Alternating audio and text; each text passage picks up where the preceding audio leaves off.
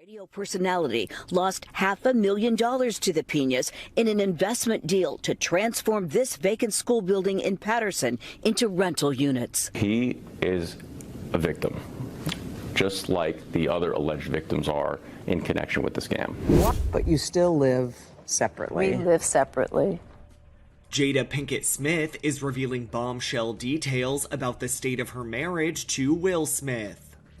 In new interviews, the Girls Trip star says that she has been separated from the Fresh Prince of Bel-Air alum for 7 years. The synthetic GMO medical cannabis that you think just got natural THC in it, again, I'm specifying the medical marijuana. If your enemy approves something, you should not partake in it. Don't touch it. That's the challenge with capitalism. See, capitalism doesn't care if you figure out the game, it just ain't gonna tell you the game. That's the whole thing. Little toughness.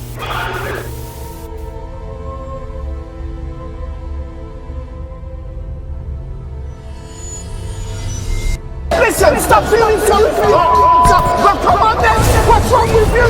Mental toughness mindset. I had to go to grow. Covers up. The pick happens.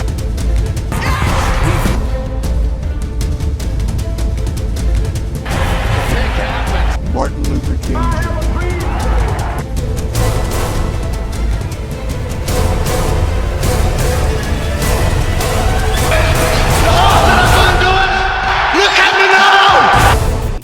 You got challenges that you're going to run across. Okay, so welcome to another episode of Elite Psyche. I'm Tony Fleming, and man, on this particular show, we talk about elite individuals, really interview elite individuals, and these are people that we consider, successful. They've done some things in life, and we interview them and find out more about them. But lately, we've been doing different type of shows, and this one is a different one. We got 4 different individuals on tonight, and we're going to discuss some things that are going on in America right now. Some of the things that are out here now that people are following, and so I thought I'd have some elite individuals to come on and just give their opinion about some of the happenings in the world today, and I think that hearing different opinions from different individuals is always good, and it's always entertaining also. We're going to have 3 ladies tonight and 2 guys, myself and Rodney, but we had another guy. He kind of had something come up tonight, so we can't have him on, but it's always good to have 3 young ladies on here with bright minds. And so, but before I bring them up, let me do a quick sponsor. Winners Only Lotto, and they're sponsoring this episode tonight. So let's play their clip. Many people wonder if there's a secret to winning lottery games. The answer is yes, Winners Only Lotto. Discover how to make $1,000, $10,000, or even $225,000 daily by playing the right games with the highest odds. The games to focus on are Pick 3, Pick 4, and in some states, Pick 5. Utilizing AI to track patterns in these games simplifies winning, with millions being distributed every day. This information can be easily verified on any official state lottery website. Join today or get more information by clicking the link below. See you on the winning side. All right, so that's our sponsor for this particular episode, and let me bring up our guest. The first person I want to bring up is Miss Kimberly. Are you there, ma'am? Hi, here I am. All right, Kimberly, tell them where you from and what are you currently doing now? So I'm currently residing in Virginia in the DMV area. I am a business owner. I own my own athleisure wear line called Aquilon, and that is what I'm currently doing right now. Cool. Yes. All right, my next guest, Miss Dana. Are you there, Dana? Hi. Hey, there she is. So Dana, let them know where you from and what are you currently doing right now?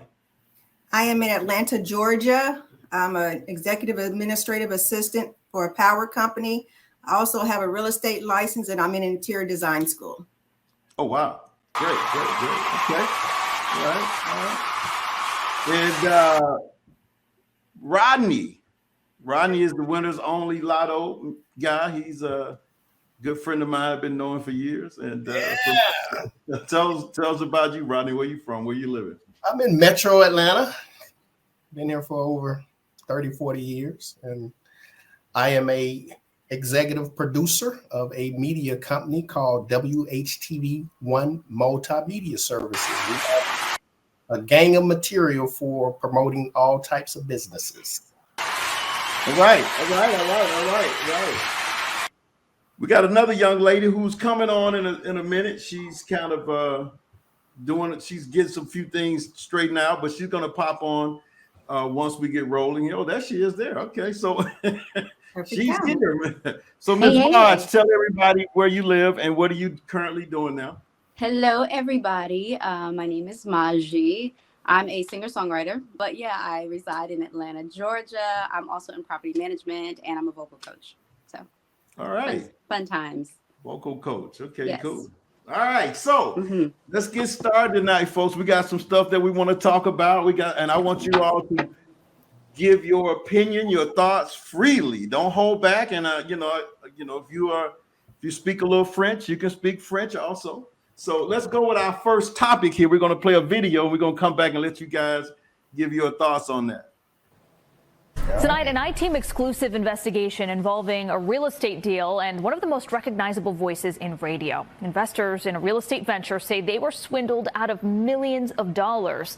And they argue syndicated radio rapper Rashawn Casey, better known as DJ Envy from the show The Breakfast Club, promoted these deals. Investigative reporter Sarah Wallace talked to the alleged victims and has the response to those mounting accusations you're about to hear for the first time.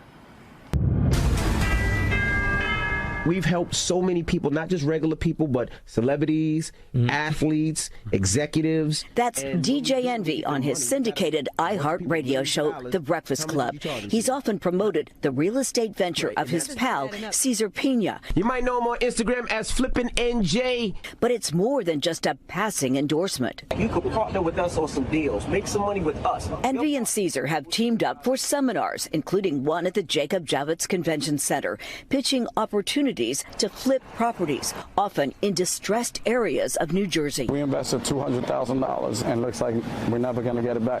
Jose Santiago and his wife Jessica Ortiz say they believed investing in this neighborhood of Patterson would be their ticket to the American dream. That's the reason why I got into real estate, so we can actually start flipping properties, buying properties, so we can have something for our kids in the future. The couple says they connected with entrepreneur Cesar after seeing him on social media with DJ Envy. He's advertising this all over the radio and on television. I've seen shows of him all over the place, so I thought this was legit. The pitch to invest in rundown properties that would be renovated and flipped for more money. The promise to return up to 30%. In some cases, Cesar didn't even own the properties. This couple took out $200,000 in equity from their Florida home, promised that 30% return within 4 months. Then they say nothing. I'm paying the interest right now every month, and I have nothing. Well, at this point, we just want our money back. Nigel Chamblin says he was conned by Cesar into investing $235,000 in that same Patterson property, along with two others, $300,000 each for homes in Hawthorne and in Maplewood. $835,000 in total on all three houses. There were other people investing in the exact same properties. It was a scam. It was a lie. Augie Rios owns a custom auto wrap shop in Lodi, who says he worked on Envy's cars for years and believed his pitch. He did get back a return on an initial investment with Cesar, but maintains a second investment on this Patterson property went south. If it wasn't for DJ Envy, I would have never invested into Cesar. I lost a total of $64,000. After receiving 2 bounced checks, Rio says he got a visit from Caesar carrying this box of jewelry. He said, take this jewelry until I can pay you back. How much did he say this was worth? 15, 20 grand. Then there's record producer Anthony Martini, who invested in what he thought was a promising apartment project in Patterson. I lost $1 million. And you went in because of DJ Envy. Yeah, I did. I mean, you know, I'd known Envy for years. Martini's attorney has filed a lawsuit. It's some sort of Ponzi-like scheme where he's taking money from one investor to pay off other investors. You're looking at over $40 million invested with the Pinas in their companies. Breaking news here on Tony the Closer's Live. The complaint floodgates opened up when alleged victims started appearing on the social media platform of influencer Tony the Closer, a self-proclaimed real estate scam watchdog. I decided to make it where everybody would know the disgusting behavior that they're practicing.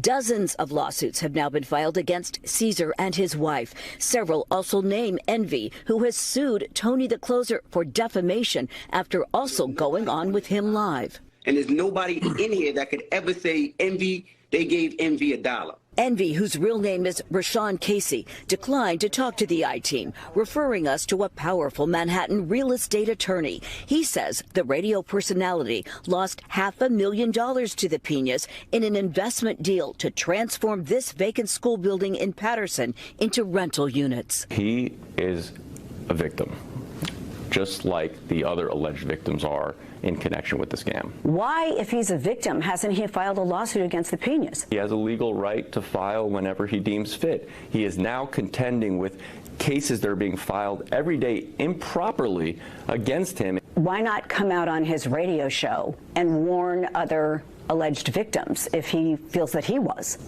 This is it's an ongoing, they're ongoing litigations. And there's no room for them on, you know, any sort of radio show. A lot of people say they bought in because of Envy's reputation. Does he not have some responsibility? Absolutely not. The only reason why Envy is sued is to sensationalize the case. The attorney is seeking dismissals of all the lawsuits. As for the Pinas, we caught up with Caesar's wife, Jennifer, in Bergen County. Do you have anything to say to the alleged victims? I say, you know, just hold tight and we're going to come through. You know, where's the money? Listen, that's a Caesar answer for you. I can't give you that answer. He wants to be here with you. He wants to do the sit down. He wants to have this interview. He wants to clear the air. He wants to explain his side, and he wants people to understand what's going on. But, you know, he's been advised to not talk. There may be some hope for investors. A judge has appointed a bankruptcy court trustee to oversee some of the Pinas properties. Any available assets could eventually be sold off to pay alleged victims. From Patterson, Sarah Wallace, News 4 New York. That money's gone. You know what I'm saying? She said it might be some hope for them. You know, I've actually been following that a little more than probably most because of one of the guys I know who invests in real estate, and I've lost money doing that before. So, but if you look at what Envy is trying to imply is that he really had nothing to do with it, that was his partner. But for the last year or two, Envy has been promoting his partner. And not only that, he was actually on his partner's website for a couple of years as a business partner. Now, 3 months ago or 2 months ago, he wiped it clean. He wiped everything off the guy's site. And one of the guys that's been investigating it, he went back and found something that I had never heard of before called the Wayback Machine. And the Wayback Machine allows you to go back and pull up any websites back in the day. And he pulled up the websites that show where Envy was on this guy's site as a business partner of his, and I mean for a long time.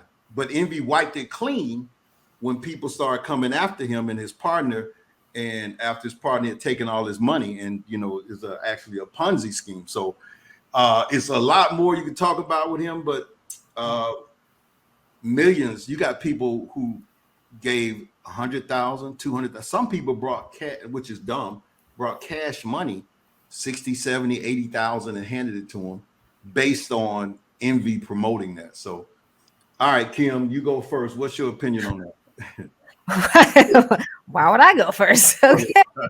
I mean, I agree that Envy is at fault.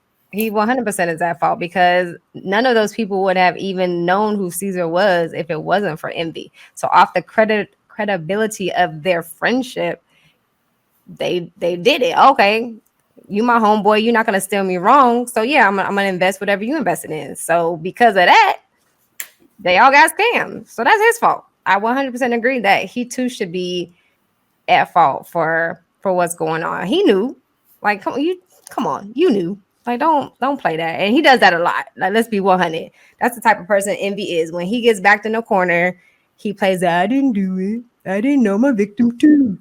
So yeah, no, I'm not buying it. Okay, Dana, what do you say? Of course, he's guilty. I think it's disgusting for him to prey on people's hopes and desires to be more successful. And it sounds like he's a hustler and a con artist. Now, you're in real estate, though, right? Sorry. So aren't you in real estate? Have you invested in anything before? No, certainly. I have had somebody that I knew that was involved in a scheme like this prior, several years ago, and they were on the news. And nothing ever became of it, but they actually swindled a lot of elderly people out of their life savings. And I thought it was disgusting back then. And I just pray that karma catches up with all of them. Wow. Okay. Rodney, what'd you say? I always say innocent until proven guilty. Okay. And the reason why I say that, because of my background in media. Media is a very, very, very tricky platform. Now, in terms of why people came in on the investment idea was because it was being broadcast from a public platform, which was the radio show, the Breakfast Club.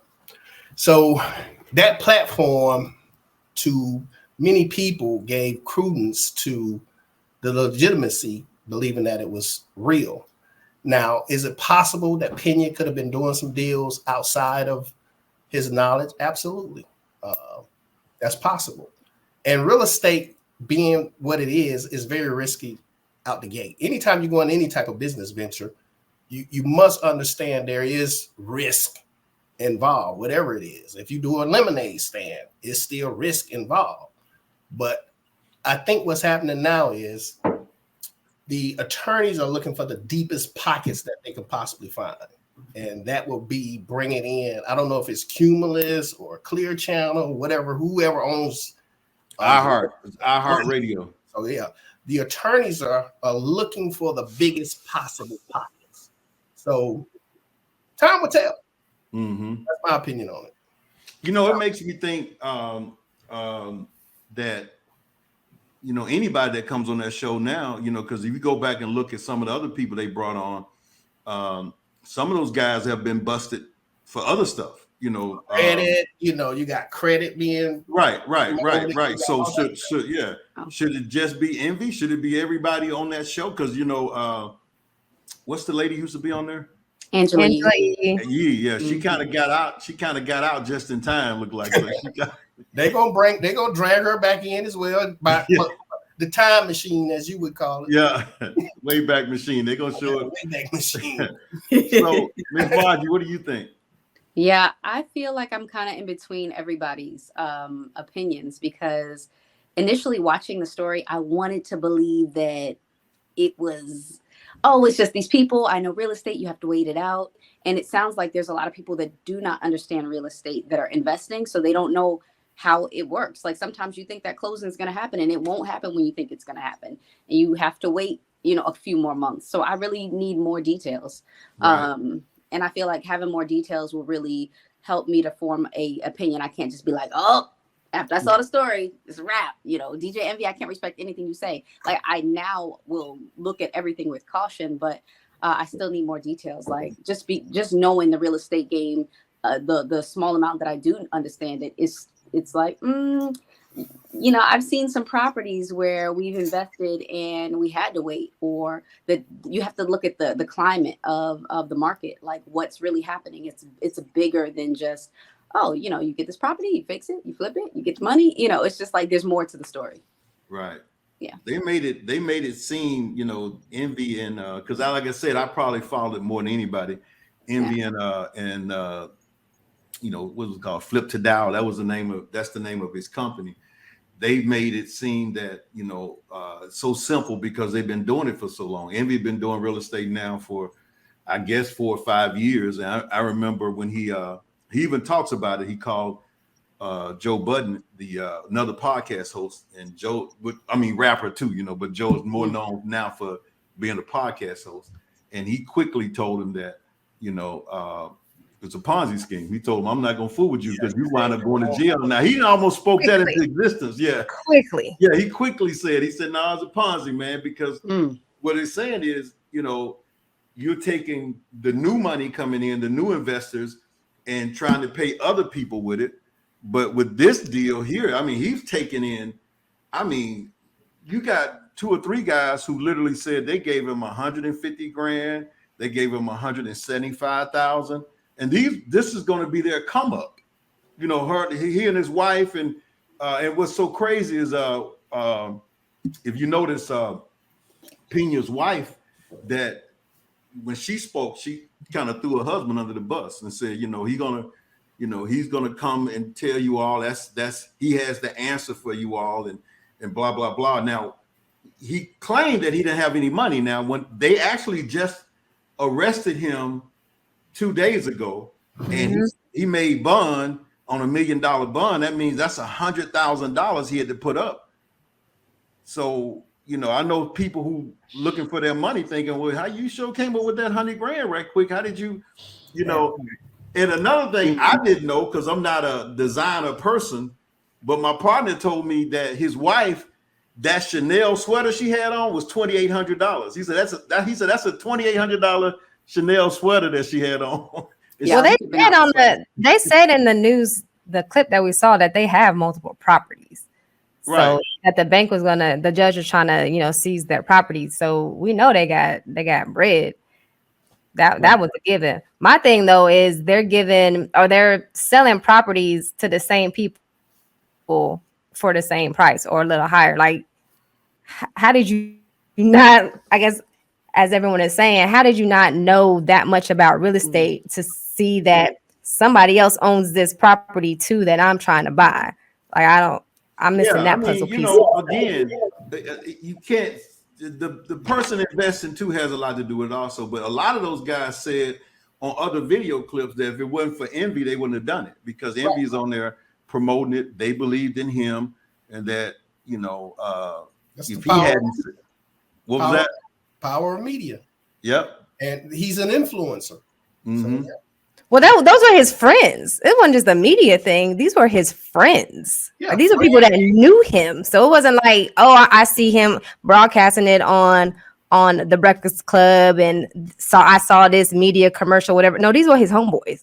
Like, these people knew him for years. So with that being the case, do you really feel as if Envy would like try to get his homeboys on a Ponzi scheme? I mean, who knows, right? I don't know Envy. Like, Kimberly, it sounded like you knew his character a little bit more. Like, I don't know Envy. Of course, I've watched The Breakfast Club, but nothing beyond that do I know anything about his character. But I don't know if I do know the music industry, though. I know the music industry, and I do know that culture, and I just don't see.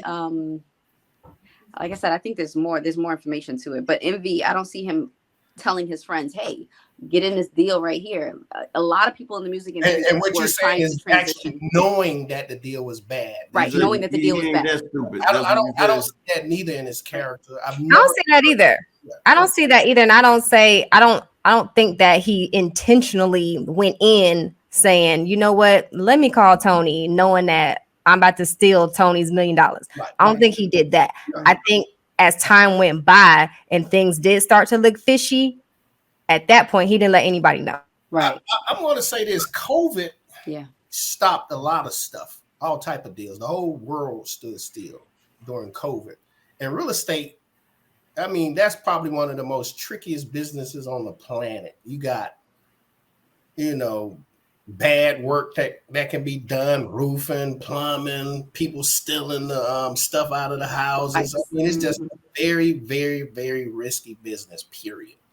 So those people who got involved, to me, should have did more due diligence. Well, it was greed. It was greed in there too. Everybody, you see that, and it could be greed with envy.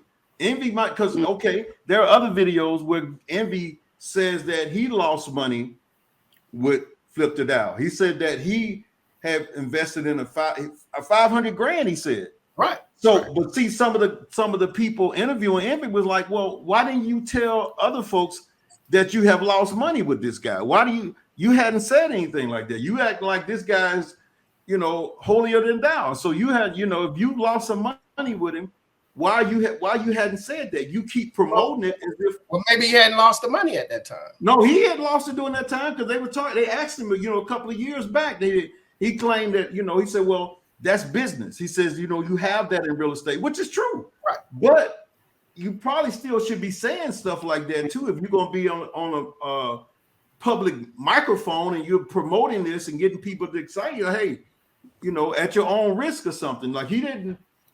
This whole thing I'm sure in those contracts it's there. Oh yeah. Yeah.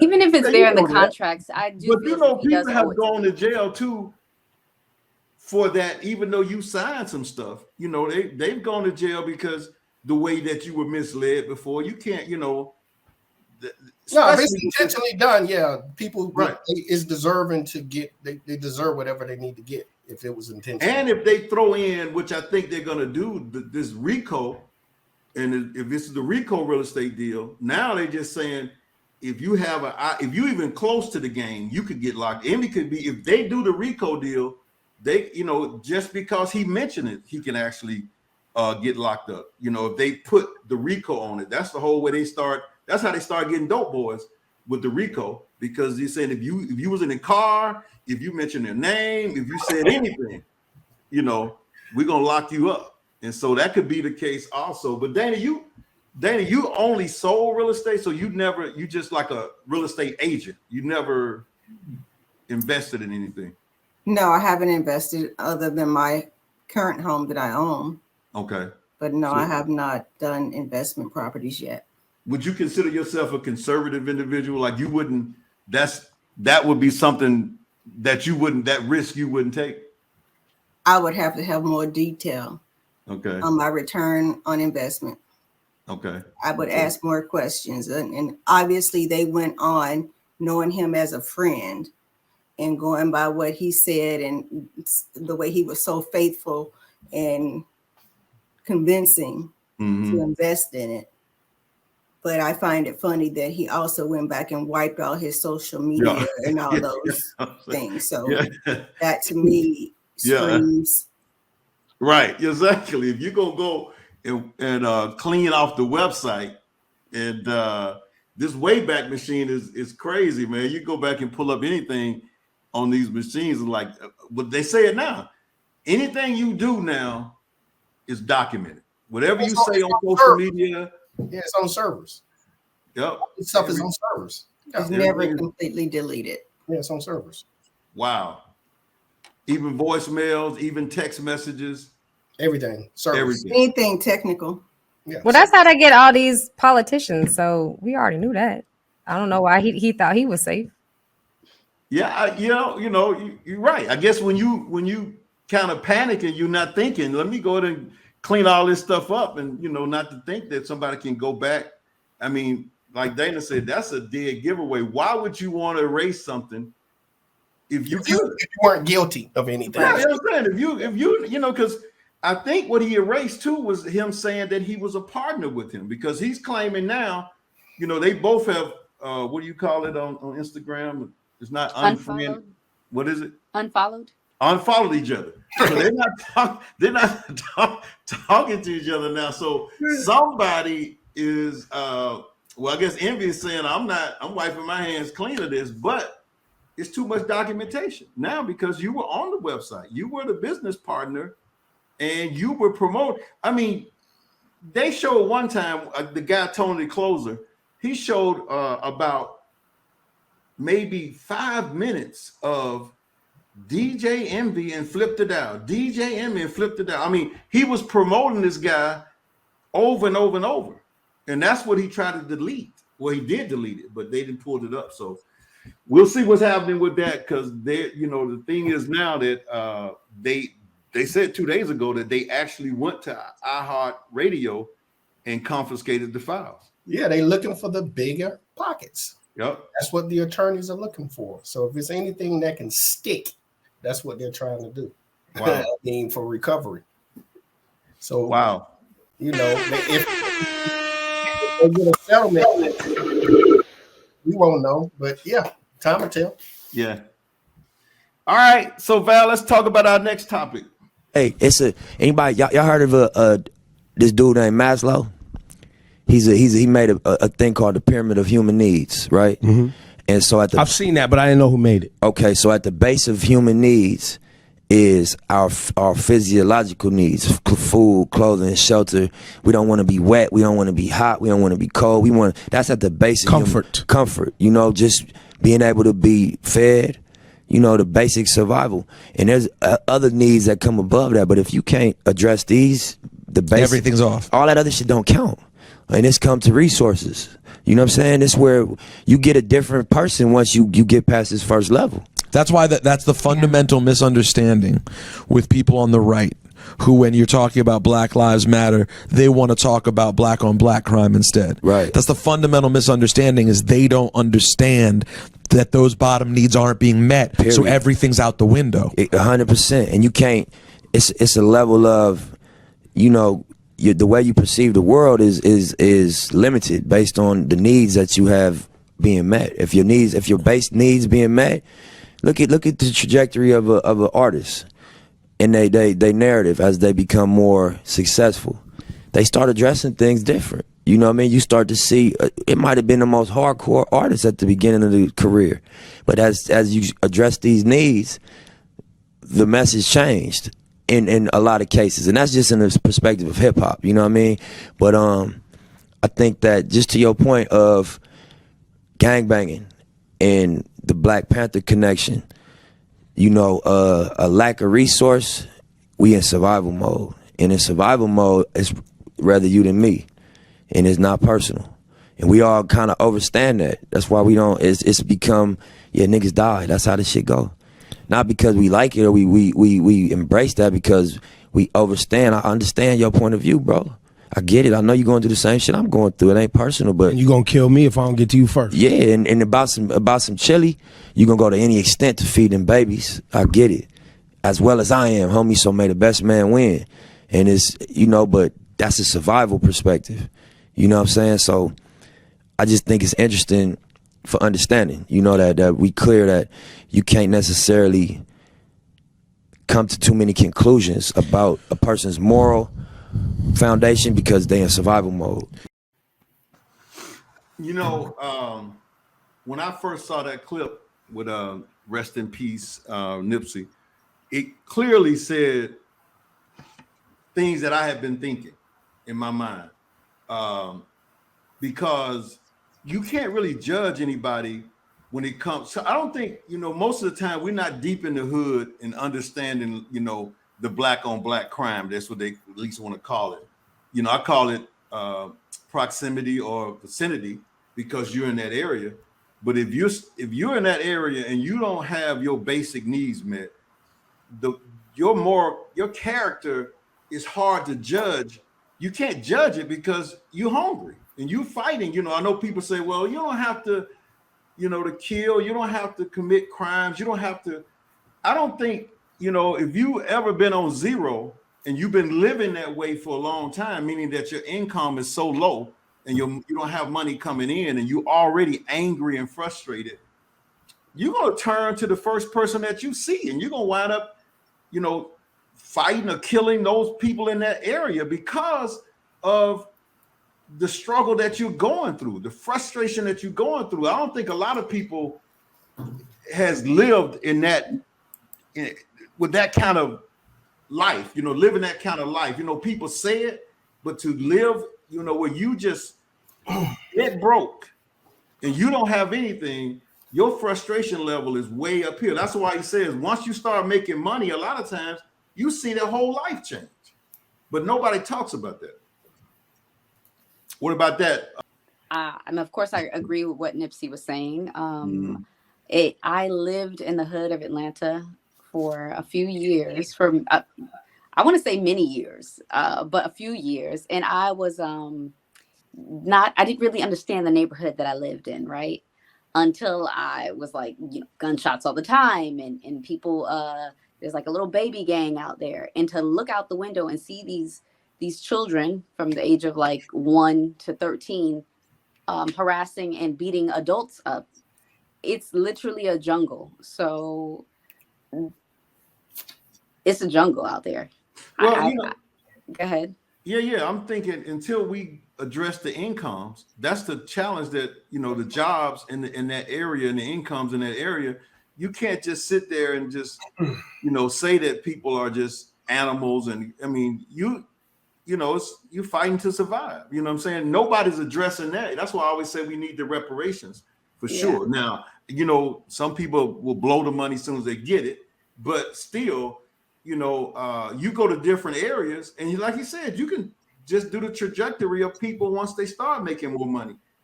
They put down the guns. They're not even doing those kind of things anymore. Right. But when you're trying to live and you're frustrated and you're in an area where everybody's like that, and you're going to wind up, it ain't like you attacking a brother because he's black. You're just doing that because that's the area you're in. They're not going to drive across town to shoot a white man, because if a white guy lived next door to them, they would be the one they'd take out the frustration on. So I think it's more proximity or vicinity that these crimes are being committed, and a lot of it has to do with, like he said, the Maslow. It's like until you get your basic needs met, food, shelter, and things like that. It's people who don't think folks live that way. You really don't. When you see folks, you show them on the news, you really don't think that they don't have anything in their house to eat. You know what I'm saying? You really think, well, why are they acting like that? But when you have nothing and your frustration level, you don't have the job, the first thing people will go get a job.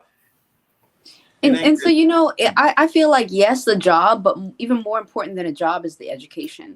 Because you can have a job, you can bring in the money, but if you don't have the expertise or the knowledge of what to do with that money, it does not matter. You are going to just buy more things that's going to put you in a hole. So yes, jobs, but more so education and educating the people. And I mentioned like that baby gang outside the window when I lived in the West End, and I was straight in Pittsburgh, right? I actually moved right before COVID because I was like, oh my God. Once COVID hit, I was like, I got to get out of here because it's about to be like war for real out here. Right. And yeah, it was crazy. But the baby gang, there were no parents out there. They weren't really in school. The kids would go to school hungry. They'd eat at school, and they can't even focus at school because their basic needs are not being met. So it starts from very, very young, not just when they become adults. It starts almost at birth. They're born into a crazy situation. Then it's not talked about, like you said. All they just say is black on black crime, but why?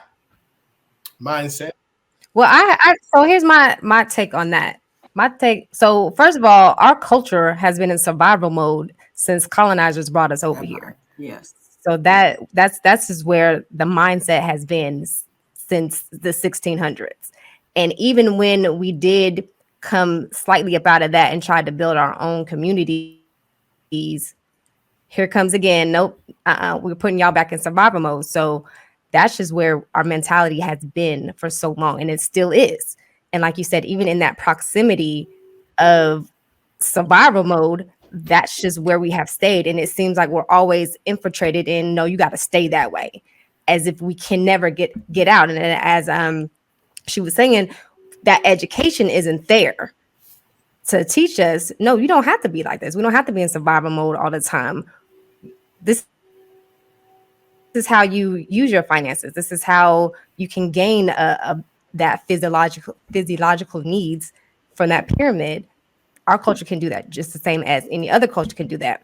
But we've just been in this mode for so long, we don't really know how to get out of it. And even when, as Nipsey was saying, to go back to the clip, he even stated that, gangs were started to build up the community. It wasn't war. That's not how gangs were started. It wasn't, Bloods and Crips are going to start shooting each other. No, they started to build up the community. They formed gangs to teach the young people how to come up out of those communities. But no, won't say who said, we got to keep that culture in that box and controlled in that survival mode. Mm-hmm. But what's the answer? What do you say, Dana? What do you say? What's the answer to that? If crime is being committed, people, we got to stop all this killing. We got to stop. Okay. The point that he's making is that until we have money to take care of our basic needs, it's going to be wild, wild west. I think that that all ties in. It might not make sense at first, but to me, it ties into voting. Okay. Because systematically, we have been set back by the media. Mm-hmm. And that's in all parts of the world. They only show the bad news about us. That is facts. So we are constantly being, stereotyped? Right. Stereotyped by not only the United States, but everywhere we go throughout the world. That's true. And that's put out by the media.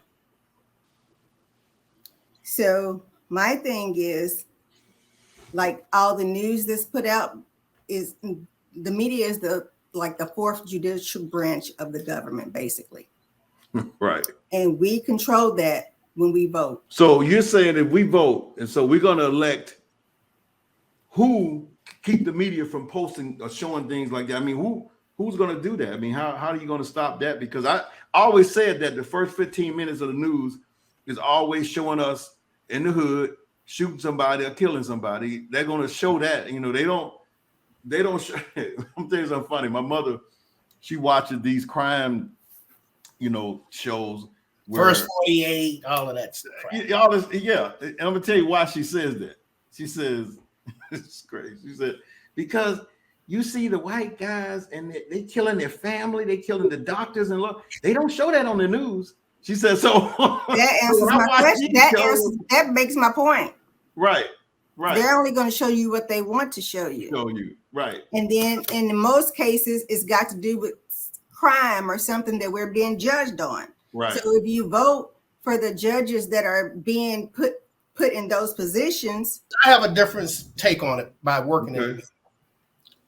And are there things that work against the African American community? Of course there is. But I take it a step deeper. It's spiritual. The poor will always be amongst us. And that statement is biblical. It doesn't mean monetary wise. It means mental wise. So if you can't elevate your mind from looking outside of the things good that you can see in the media and want and desire those things and do things that will require you to uplift yourself out of it, it's just going to continue to perpetuate itself with the crime and the violence and so on and so forth. I gave the media this nickname. News to me stands for negative energy with spin. So every media outlet has a narrative, and the main narrative is to make money. So even if we look at that from a pharmaceutical side, so to me, voting is not going to cure it, because you could put whoever we want. We thought Obama was the best thing that was going to help, the African American community. He comes out and everybody's saying, oh, well, what did he do? So voting is just a small part of it. It really starts in the mind. I got a young man. He lives in Kenya. He's one of my programmers. He grew up with, absolutely nothing. Playing video games all day, smoking, chiefing, and to whoever want to do that, that's their choice. But instead, he took the time out to read, learn, want, and desire other things. So it has to start with the mental psyche that we're not producing in our own communities, our own homes, circulating our own money back into our own neighborhoods, and it can start with just picking up paper. To me, that's a positive mindset that doesn't require anything other than some group leaders once a week going out into the community and picking up paper, and then supporting Miss Williams' restaurant and Mrs. Williams sustaining Alex tire shop. We got to get back to the basics and stop worrying about what they are doing or not doing for us. We just simply got to do it for ourselves. Period. So that's the yin and the yang: hot, cold, rich, poor, up, down, left, right. That's the yin and the yang. Now, I'm gonna say to you, that sounds good. That's almost like you almost sound like a Republican. I'll put it that way. So, but I mean, I'm not saying, and I understand that because I'm the guy that's always talking mindset and mental toughness in it. But I also know that the media controls the mind. And the problem is, the challenge is, you got kids that are being babysit. They're sitting at home all day watching the news and the movies and the phone and all of that because the parents may be working another job or something. So they can't, you're trying to, what you're saying is these people should have common sense. The parents should be, they should be parenting. Well, it requires parenting. Yeah. Right. Starts in the home. Yeah. I mean, but a parent can't be, not to cut you off, a parent can only parent what they have been taught. Correct. Exactly. So if a parent doesn't know anything else besides put my baby in front of the television while I'm able to get this done and get this done, or pretty much, or throw a iPad in front of them while I get this, then what now? So who's going to tell that parent how to parent? So you can't just necessarily say, well, you got to be smarter than that. Oh, you got to be a little quicker than that. You can't give that. But we can say that. We just got to do it. So that's the difference between saying it and doing it and actually implementing it in the home. I didn't grow up rich. I didn't grow up necessarily poor. Mm-hmm. But we were all of us, I can tell we was raised with standards and morals and values. We knew growing up what was basically right and wrong. I never went out and robbed anybody or shot anybody or killed anybody or so on and so forth. And of course, I saw things on television that I wanted as well, just as like any other kid. So to me, we still got to get to a point where we have to stop making excuses about what the outside entity is doing against us and start about what we're doing within you just our always got to be aware of the outside entity and what they're doing. At this day and age, we all have access to the internet. We know what's being done. It's being publicized. And it's just in my opinion. But look, I'm agreeing with you. But how do you do that? It's easy for us to sit here and say that. How do you? And the only way you could do that, Rodney, is a person has to hear certain things over and over and over for them to change. Where are they going to hear that consistently? They're not going to hear it in their household because what you're saying is the parents has. Oh, you're trying to say in our school system, there's not any good teachers at all saying, "Hey, little Alex." Well, no. I'm not saying let him it's not. Let him finish. Let Alex was going to say. Because I got something for that. Please I want to finish. hear what little Alex is going to say. Right. You can't tell me that there's not a teacher in any of our communities that's trying to instill, learning, going to school, doing good things, and so on and so forth. It has to exist. I just don't believe that is non-existence. I'm not saying it's not. And my point is this. What controls the mind is what controls the person. It's like this. I talk about this all the time. I do a live training session. Mm-hmm. Okay. Let's say you come on my training session and I tell you all the things you need to do, right? Right. But watch this. When you get off of my training session, you got to implement it. You got to do it. People whatever controls your mind the most is what controls you. See, that person would have to get off the train or stop listening. I mean, listen to that little teacher at school. And then they would have to go home, tell all their parents and family, shut the hell up, don't talk to me. Then they would have to cut off everything at home. They can't watch nothing. They can't watch, because whatever feeds them the most is going to control them. It can't be that one little teacher at the school telling them that. I'm just using that as an example. That right, I understand that, but I'm saying it has to be a minister or Mr. Joe down the street. Here's the answer right here. You remember back in the day, it was the community. Right, that's what I'm saying. We got to get it ain't like that. I'm asking you, how do you go back to that? You can't just say it. I mean, how do we go back to it? So even now with the internet, let's be honest, we can find just as much good stuff as we want to, if we want to find it, if we want to find looking for the bad stuff. We know all about the algorithms and all of this stuff that helps control the media, the TV, and so on and so forth. That's a fact. That's a given. But like Najee, am I pronouncing your name Maji? Maji. Maji. Okay, I heard you say you're an artist. Yes. Okay. Within her spirit, her artistry is what's driving her to either sing, write, produce, promote, I don't know, whatever that is, that hidden desire that she has. And she probably has that desire so much so till she probably get off of a job and still go record. Right, definitely. And record all night. I've seen, you remember Tate at my office?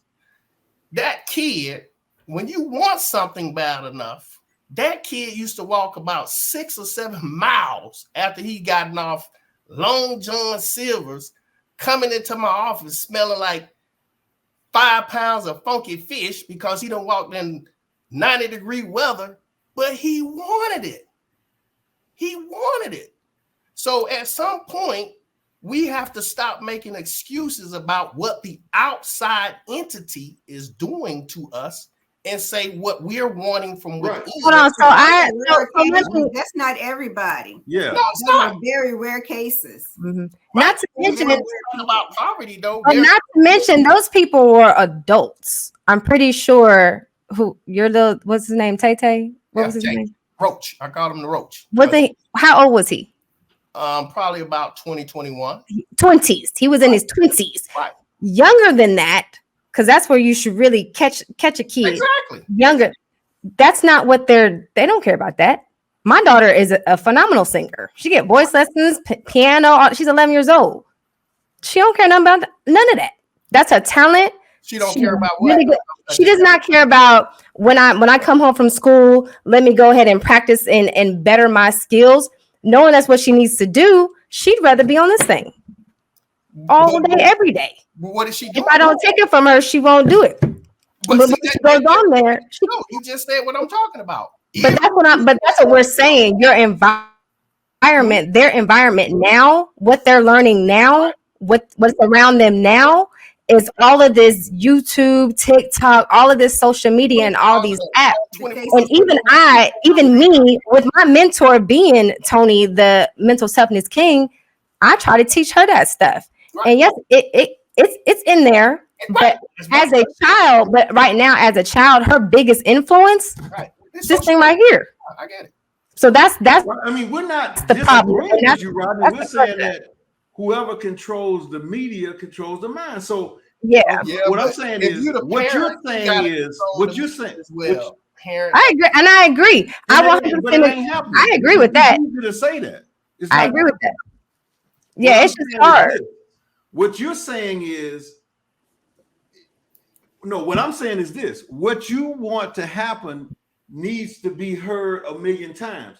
Who's going to do out there that's saying it? There's people out there that's saying it. Huh? There's a lot of people out there that's saying it. 50 saying what? Huh? Saying what? About uplifting our own communities and stop worrying about what everybody else. Okay, but who says it the most? If they're saying it, like I said, whatever says the most, like you get 2%. And then 98% is saying something totally different. That's the challenge. You know what I'm saying? That's what I see every day. So let me ask you then, what should we do then? I don't know. That's what I ask you. You're saying I gave you my I opinion. have We I have a to start at suggestion, the guys. home. It I has have a to start in suggestion. the home. So there are different organizations out there right now that are doing these very things that we're speaking of. They may not be well promoted.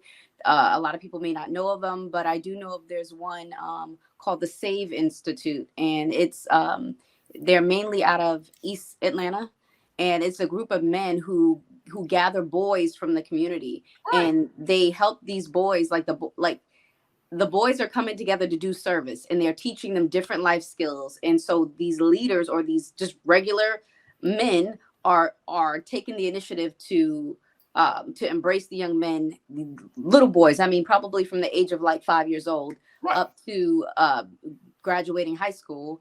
So there, I think what one of the answers could be is really just teaming up with the organizations that are already out there, because people are doing that. They're just doing it on a smaller level.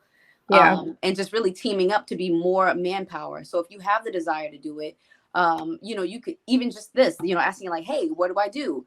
You could reach out to Save or whatever other organizations that are here in Atlanta and just become a part of it and just do your part, really, because this is a nice start, but there's a lot of work to be done. And there are people that are out there with their boots on the ground that are actually doing it. And that's my point. I know there are people in our own communities that are trying to help our youth. Yeah. We just gotta drive some of that traffic to those different organizations. I think they are. I think we are doing that, but I'm just saying that that's like this. But that's going always. You got to start somewhere. That's right. Well, I'm not saying. I think we've always started that way. Yeah. I agree with that. But that goes back to what I was saying. The poor-minded is going to always be with us. It's just a fact. Just like hot and cold. That's the now you have my answer. Then I've always said that. What you just said. Right. I've always said that the crime is always going to be here. Exactly. You're not going to stop it. You're not going to. Every kid ain't going to be saved. But so now we got the answer. There's the answer, because people are always saying we got to stop this black on black. It ain't going to stop. You can't stop it. Right. It Cain killed Abel. That's the story, right? Okay. So, but I think the thing for me now, and I feel myself getting a little heated from this conversation, but especially talking to Rodney.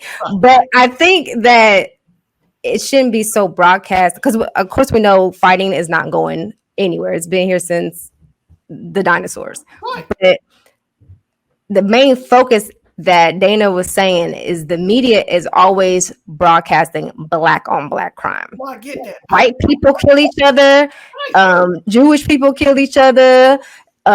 Hispanic people kill each other. Everybody is killing each other. It shouldn't be happening, but it's happening. It's just so generalized and so stereotypical for black people to be killing each other, and that's the problem. The problem. So Dana, you feel like if we vote in the right people, then they can control what the media puts out? Because I don't, because they're gonna always do that, right? They've been doing that for years. If they voted the right people in office, then they would give correct judgments. You wouldn't have black men in jail for 27, 30 years for something that they didn't do. Right. Get out 3 years later, get killed by a cop. I got you. So if you vote the right people to be in those judges positions, then they would put forth judgments that wouldn't put so many of us in jail for crimes that we didn't commit. I got you. Well, that's our youth. Pardon? Are we talking about adults, or are we talking about our youth? Our community, period. Black man. Our community. I'm a black man. I get it. I get it. You can go back to Emmett Till. I just want to say one thing to that. Even though this is not necessarily the focus of our topic, but I have a brother that has been in prison for the past 21 years, right, out in California. The whole situation is extremely political and a major injustice. We've paid off attorneys in full, And for whatever this bigger reason, there's something else going on that attorneys are just disappearing. Like when I tell you the attorney will take the money, yeah, I got it, I could do this case, da da da da da, and then just like fall off the face of the earth and just disappear. There's like a code. There's something bigger going on. So I think that you can vote people in, but you can't vote away hate. You can't vote away. It goes deeper. That's what I was saying. Not to interrupt you. That's exactly what I'm saying. Hate, you can't have love if you don't have hate. Yeah. You can't have hate without love. You have to have the yin and the yang. So what we're talking about is the balance that's more spiritual, like you're saying. Right. You can't regulate that. That's a part that we didn't even create. How can there even be a hot without cold? How would you know the difference? Right. So it's a part again, of a that's my system point. that's still going on. So what now? It's a part of a system that's still going on because we allow it. No, that's not a part of it. That's just the balance of nature. What I'm talking about in terms of. But why are we to fall out of that nature? Like, yeah, why are we that fall out? So what now? We don't have to be on the bottom of that. Yeah, why are we that fall out of that? No, but that applies to every person, every community. We just said it. You got Shiites and Sunnis. Hell, when you look in the mirror at them, they still look the same to me. Right. Mm-hmm. Russia. Look what's going on right now. Russia and Ukraine. Hell, Palestine. I see two. And then Palestine and Israel. Mm-hmm. Right. I see two white men fighting. I don't see a Russian and a Ukraine. If I put them side by side of each other, I wouldn't know the damn difference. Right. In our country, the melting pot of the world, it's only focused on Black people. That the violence and all the crime is Black people. I have African staff members who said before they came over here, what they saw on television is they saw us killing each other. So they thought that we was the most violent thing moving over here. So we're treated the way we are when we go to other cultures. Yeah.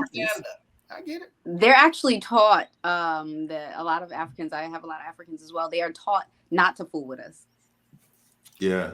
That goes into a point. There was a picture posted on social media just yesterday, and it was a picture of a bunch of Black men on the bus.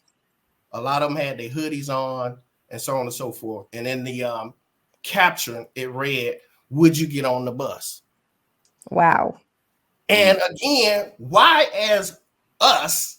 We afraid of our own people. We can't even walk in our own communities. It has to start with us. I agree. That's all I'm saying. Okay, but answer that question.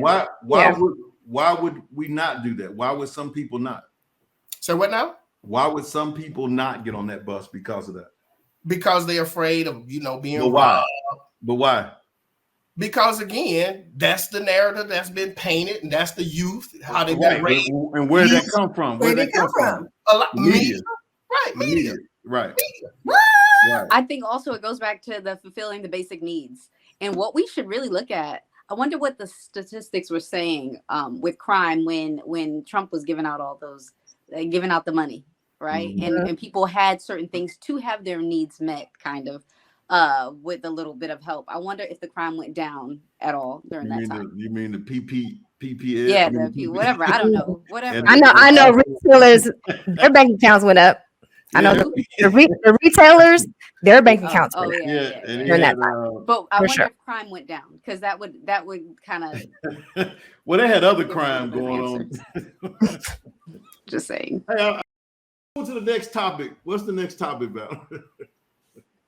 But you still live separately. We live separately. Jada Pinkett Smith is revealing bombshell details about the state of her marriage to Will Smith. In new interviews, the Girls Trip star says that she has been separated from the Fresh Prince of Bel-Air alum for 7 years. In 2016, you and Will decided that you were going to live completely separate lives. Yes. It was not a divorce on paper, right, but it was a divorce. So from the year 2016, which is 7 years ago now, yes, y'all have been apart. Yeah. While fans are just learning the news now, Jada confirms to Today that she and Will have been apart since 2016 and explains the reason they kept things quiet. I guess my question is, I feel like you're a straight talker. I am. Except you're not sometimes. Yeah. So why do that? Like, what was the reason? I think just not being ready yet. Still trying to figure out between the two of us how to be in partnership, right? And in regards to how do we present that to people, you know? And we hadn't figured that out. Jada also shed some light on what led them to part ways. Why did the relationship fracture? Oh, why it fractured, that's a lot of things. Yeah. And I think by the time we got to 2016, we were just exhausted with trying. I think we were both kind of still stuck in our fantasy of what we thought the other person should be. And while Jada admits that she's considered divorce, she ultimately decided not to file the official legal paperwork. I made a promise that there will never be a reason for us to get a divorce. We will work through whatever. And I just haven't been able to break that promise. But you still live separately. We live separately. After mentioning that the two are working through their issues, Jada indicates that they are still navigating their relationship. The 52-year-old also tells People in a profile published on October 11th, quote, "We're still figuring it out. We've been doing some really heavy-duty work together. We just got deep love for each other, and we are going to figure out what that looks like for us." Jada and Will had already been separated for 6 years the night of the 2022 Oscars, where he won the Best Actor trophy for his lead role in King Richard, and slapped Chris Rock on stage after the comedian made a joke about Jada's shaved head. Jada tells People her reaction to the shocking moment, saying, quote, "I thought, this is a skit. I was like, there's no way that Will hit him. It wasn't until Will started to walk back to his chair that I even realized it wasn't a skit." Jada and Will tied the knot in 1997 following his divorce from Cherie Zampino, with whom he shares 30-year-old son Trey Smith. The couple, who share kids Jaden Smith and Willow Smith, have made headlines as they've gone through ups and downs in their relationship over the years, including what Jada called in 2020 her entanglement with August Alsina. Now, my opinion, I don't think you should go first. I think you should go last. I think you should go last. I'm trying to say this. It's just, to me, she is a professional liar. You know, it's something about her spirit that just drives. I don't see how people even entertain the foolishness, and people really like listening. They're gonna buy the book. They're gonna, but good. This lady, to me, is, man, she's just God.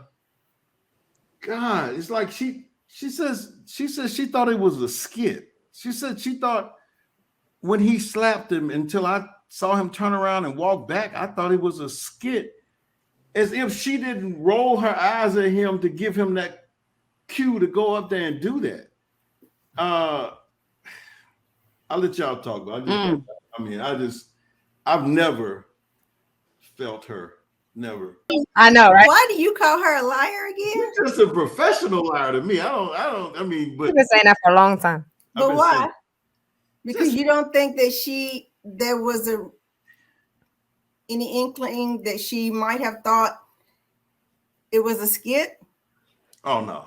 I know he's been calling her a liar for a long time, way before. Do you think that all the stuff that she's saying about their relationship right now is a lie? Like, no, I believe they probably been apart for 6 years, maybe. I wouldn't say that part, but all other stuff that she says, it's just like she says. What she said that Tupac asked her to marry her on the same day or something that, first of all, he's not here to even to object to that or even say anything about it. But she says now that he asked to marry her on that day that Will and her met or something like that. But Tupac, I'm like, why are you saying this now?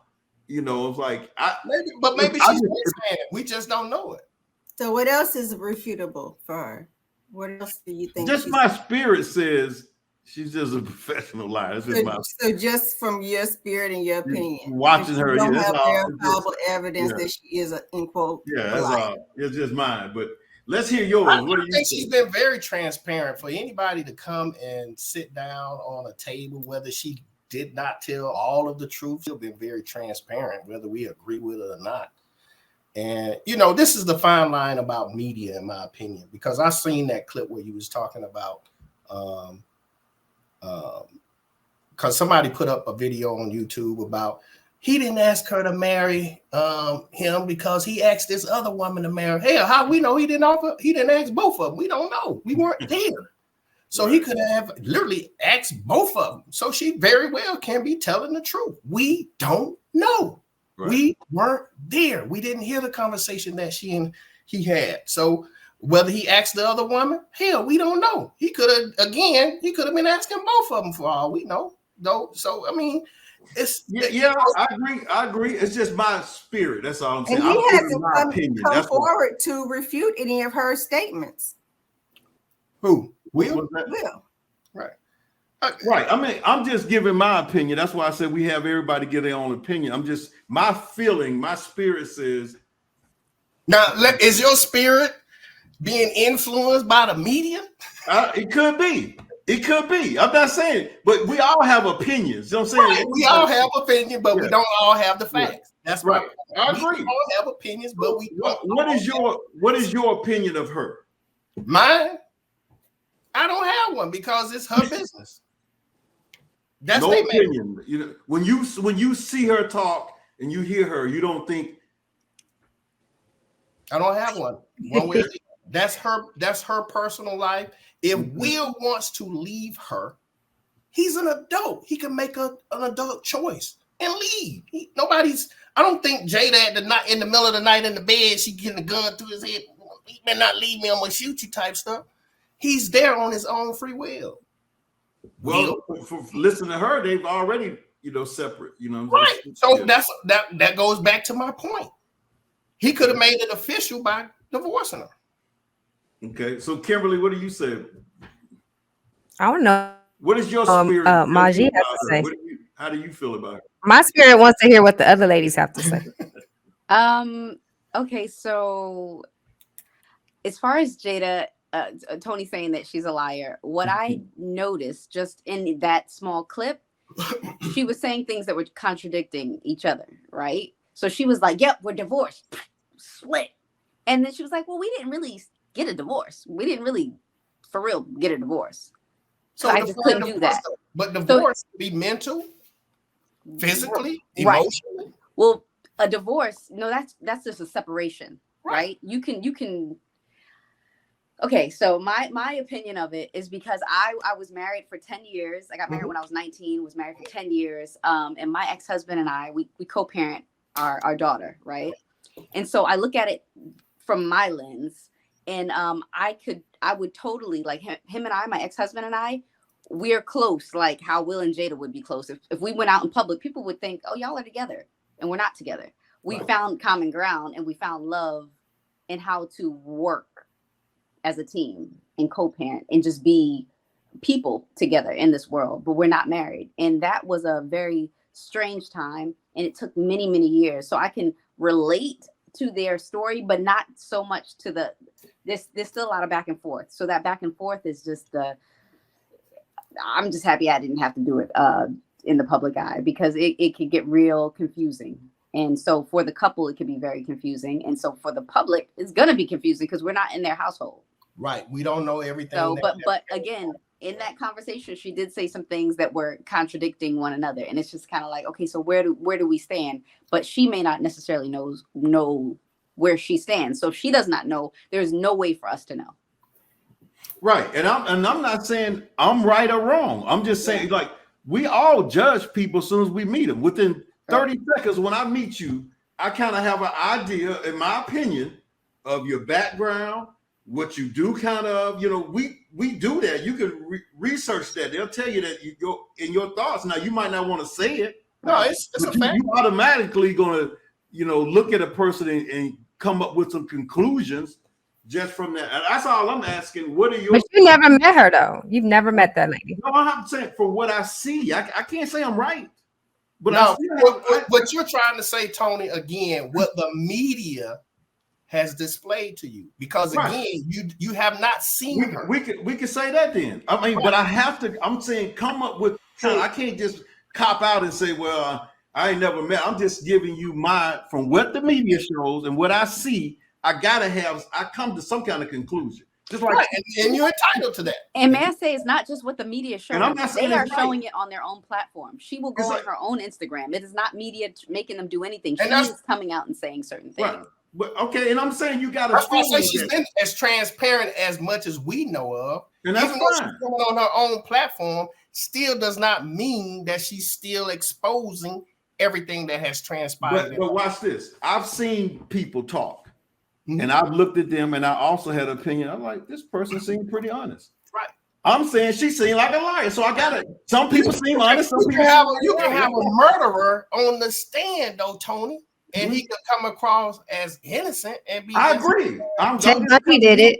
Ted Bundy did it. I'm just telling you, but you still come to some kind of conclusion when you see people. Well, I'm not saying I'm right or wrong. I'm just saying my feeling from her when she opens her mouth that she's a professional liar. Now, I could be totally wrong. Like some people could come across innocent and telling the truth, and they could be. I'm just saying, when you look at people, we all do that. Now, we just don't want to say it, but we all look at a person and we'll say, I think this person is that way. Now, we're not going to come out and say it. I'm asking you all, just what's your opinion of that whole situation with that? We all got to have some kind of, I'm not saying it right or wrong, because I can't put her in jail by what I say. It don't really matter. I'm just giving my opinion. Extensively. You're giving an extensive opinion. Right. Like when I met you. We caught it. Remember I said we don't have to do that. We don't have to do that.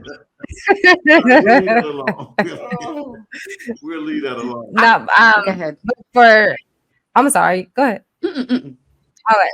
For me, I guess my opinion on the situation. First, that's their business. Like I'm trying to figure out, why are we all in their business? I don't care what you and Will are doing at all. I don't care, and because I'm now all. Yeah. But hold on, because we're all in their business now. I do feel like what's going on in their household is making Will look a little off. Which, if you have so much love for Will, you shouldn't be putting y'all's business out and having him look like he's cuckoo for Cocoa Puffs, because that's how she's portraying him right now. And her sleeping with everybody and her loving Tupac, that's great. Do that for you. We don't all need to know that. Now, on the flip side, because I have seen her do other interviews where she talks about her spirituality and how she's really trying to find herself, because she did grow up pretty rough in Baltimore with her mom being a drug addict for so long. And then she kind of had to raise herself. And that's how her and Tupac kind of gravitated toward each other. Stuff like that, I can see would help other people, other women, deal or cope with whatever issues they have. I see that. I see her trying to, I guess, say, hey, even this perfect fairy tale marriage that we might show really isn't a perfect fairy tale marriage. I can kind of see that. But going all deep down in to we don't need to know it. Right. That's how I feel. Like that's y'all's personal business. We don't need to know all that. But she puts it out there. Here's go ahead, Mark. I just want to say one thing. When you said that she seems like a professional liar, she is an actress. That's what being an actress is. Right. You're a professional. I feel like she may be sometimes it's easy to play a role. you know, and get stuck in that role. And when the camera's rolling, you get into that role, and that may be what you're seeing with the lies, because she may not fully know the script of what's really going on. I mean, I'm not trying to like give her a pass, but I'm just giving you my thoughts on it. I got my trainer at the gym. He has I don't know. It's not a hatred, but he has this. What's the guy that's on Power? Ghost. The lead. Which one? Ghost. No. Oh, Omar. Omar from day one, not even watching Power, just him. He has a problem with. I said, man, you ain't ever met the dude. He said, man, it's just my opinion. I do not like this guy. He's formed his opinion based upon media. Whatever it is. I'm saying we all have, thoughts on that. And I said to him, I said, I don't know, man. I just don't, if I'm saying we do that as people, we just don't say it now. Like when I meet people and you meet people, you have, there's a spirit. Yeah, it's a fact. It's a spirit that happens. Like me and this person don't even gel. You know what I'm saying? So why are you trying to justify how you feel to us? I mean, you say what you said. I'm just telling you, y'all asking me, I said, this is my You're not in the hot seat. You fine. I'm asking for y'all opinions and you don't want to give them. That's all I'm saying. No, that's what I'm saying. You're so opinionated, right? And we're listening and we're taking it in. I guess now you feel like you got to justify your opinion because you extensively keep telling us how you're giving your opinion about her. We get it. You don't have to keep talking about it. We got it. I think she's a liar. Yeah, we got it. Yeah, I'm just telling you. That's just my thoughts on opinion on it. Okay. All right. So and then people ask, well, why you talk about it? Let me tell you why. Because when I'm on here talking about mindset, leadership, business, nobody want to hear that. But they want to hear this bullshit right here. So that's why I put it out there. So that's why. Which equates back to likes, clicks, views, all of that stuff. Media. It's a spin. But I want to hear Dana's thoughts on Jada. I'm intrigued to know what you think about this clip and this whole situation. Jada's trying to sell a book. What about before the book? The red table. It was all build up. Okay, that's a good point. What is it? What did you say about before the book? She said all build up, marketing, promoting. Oh, all build up. Planned. But people like hearing that strategically planned. Yeah. Oh yeah. That's true. I agree with that because Will did the same thing for his book. Mm-hmm. Well, I mean, even in the music industry, rappers, they cuss each other out on the song and go smoke a cigar and have a glass of bourbon afterwards. So, it's a fact. Topic here, Valerie.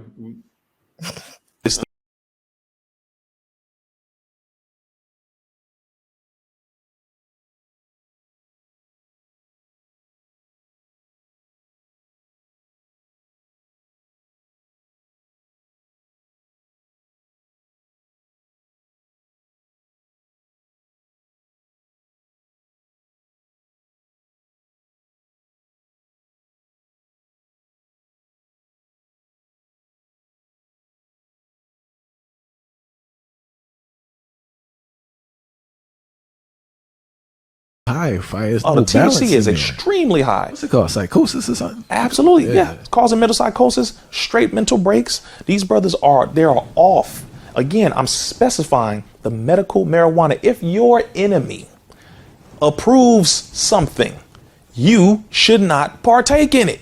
Don't touch it. What I found weird was I stopped smoking in 2016, but I smoked a lot of weed in my life, right? Mm-hmm. And I thought it was weird when people got aggressive smoking weed. I thought that was like a liquor thing. Come on, brother. But you burning herbs, the last thing I want is confrontation. You would think that's some coke or some PCP? That's the last thing on my mind. And like dudes say, so they say they just burning herb and they got a whole vibe to them. So obviously they either mixing it with something and some say they're not. So it must be something in the weed, bro. Brother, people don't want to look at the truth of that because we got a lot of our people that smoke and they just want to smoke. And it's like, brother, all right, you know what? Here's my challenge to everybody who smokes weed. Take it to a lab. Take it to a lab. You know that dime bag, whatever you got, that half that your homeboy got from your supplier, take it to a laboratory. Actually take it to an unbiased lab somewhere far away. Have them research this, break it down. Go back in a week or so. Get the full analysis of every chemical that is in what you got that they said they grew and there's nothing else in it. You will be shocked to find all the chemicals that are in it. And don't lie to yourself. Be honest when you see it. The majority of smokers ain't never been to a damn lab. They never handed nobody nothing to put in a lab. But they say, man, this is natural, blah, blah, blah. And some of y'all gonna get mad right now in the comments. I don't give a damn. I gotta help you. Google EA2233. Google red oil. Look at how the military was experimented on using marijuana. Look at how George Soros invested in it. Look at Prop 64 in California. Look at how Tommy Hilfiger invested in it. Look at how Bill Gates invested in it. You need to know what you're dealing with here. Seriously. If you want to be honest about it, cool. If you want to smoke, that's your deal. But smoke responsibly. And that includes being responsible with what you know. Because once you find out what I'm telling you, then you'll be like, damn, you know what? Now you got to make a decision. Some of us got to confront life, man. I'm from Compton. We got family in it, but most of my family don't smoke no more because they figured it out. So it's out of love, but you gotta know the truth, brother. Once this enemy approved marijuana and Monsanto got their hands in it, I knew for a fact, and I told people this, pharmaceutical companies are going to switch their investments, specifically tobacco companies, are going to switch their investments into marijuana after it gets legalized. As a matter of fact, they helped to legalize it by funding it because they were getting too many lawsuits with the tobacco industries. They got too many. I'm talking about tens of thousands of lawsuits. They were losing money left and right. And they said, we need to switch our investment into something that people are going to accept, that people are going to push faster, smoke faster, have the least amount of resistance to. And what was their magic cash cow? Marijuana. Boom. To this day, you have cats talking about, I have never felt the way I feel now smoking what I'm smoking versus years ago. It's just something to look into. So don't get mad at me, y'all. Just go and research what I'm talking about, and you'll see that your brother's right and exact. Again, go find a lab, and you'll see. Many studies that they have come out with now, and a lot of people in the cannabis industry have figured this out because, you know, they're trying to be more responsible for their clientele and their customers than the pharmaceutical industry. So they're looking at it in their system of hydroponics. They're studying it, and they're like, wait a minute, what is this doing to the testicles of men and the ovaries of women? There are many studies that have come out demonstrating what it is doing in a negative. It is reducing the motility of sperm cells, meaning it's reducing the energy of sperm to swim against the current within the womb of a woman to impregnate an egg. You say the sperm weak? Yeah, brother, I'm telling you, it's weakening the sperm. You think your stroke game is good, and your sperm is like, telling you, it's a very serious thing. It's really. We are dealing with scientists of evil, bro, and we have to admit that. We have to admit that we are still dealing with this same enemy. We really are. Your enemy's not going to say, oh, yeah, you want to smoke weed? I'm going to legalize it. I'm not going to let your uncle out. I'm not going to let your grandmama out. I'm not going to let nobody out, really, who we locked up for having it, but we're going to let our counterparts invest in it. Some of y'all can invest in it. Matter of fact, it's a booming industry. Get involved, sure. Hemp oil, hemp seeds, all that kind of stuff. Great, cool. But we're not going to tell you everything that's really in this. And that's what I want people to look at, is just look at exactly what's in it. Separate everything. Look at the CBD versus the actual just plant by itself. Look at the seeds versus the plant. You know, look at every component of it, because all of this is different. So we have to have a thorough knowledge of it. But again, your enemy did not approve of it for good intentions. I never heard. So how many brothers do you think gonna go to a lab? They're just gonna keep smoking it, right? Absolutely. And when he says, you know, made me think, why would our enemy approve of it and put it out there like that? Why would we even to think about that? You know, I'm saying we're so busy doing our jobs, working, trying to live a decent life. It's almost like trying to understand who you voted for and all that. You know, who has the time to slow down and go do that? So if we know that's the case and we know what's in there, how do you answer this issue? How do you even deal with it? Because brothers ain't gonna stop smoking. Matter of fact, they're making it now to where it seems that this is going to be the healthier way to do it. Instead of taking pills, instead of taking, you know, pain pills, just smoke this weed. And what he's saying is in there is going to be worse. How do you deal with that? like that brother that said he used to smoke, he became conscious enough to know that he needed to stop. And even RZA said the same thing. He said, hey, some people ain't gonna like what it is that he's saying, but you know, you have to make up your own mind that you're not gonna do it. I mean, it's easier said than done because you got all of the stuff in it to keep you addicted to it. So it's easier said than done. But you know, when you know that there's another brother, I forget his name, but he's a herbologist. Yashua, Yakil. I know you're talking about. Yeah. You know, I was just listening to his story just the other day. He said he'd been shot, stabbed, cocaine, everything. And what changed his mind, just like we all have a point in life where we got to make a change or shift because that's internal, that's the God within us. He said, man, the reason, and these are his words, not mine. He said he was about to die. He said the reason why he started digging into all of the self-help stuff, because they said his pecker wouldn't get hard. So that was his main driving force. Same thing what RZA was just saying, sperm count low, not able to swim upstream. So that was his main driving force that changed his mind. And from there, the brother got he got a great testimonial. He's become a self-made millionaire. He's become one of the top herbalists, and as far as I can tell, after Dr. Sadie, talking about how to self-heal yourself off of all of this bad medication or bad marijuana or whatever it is they're doing out here. I mean, you got to make up your mind at some point.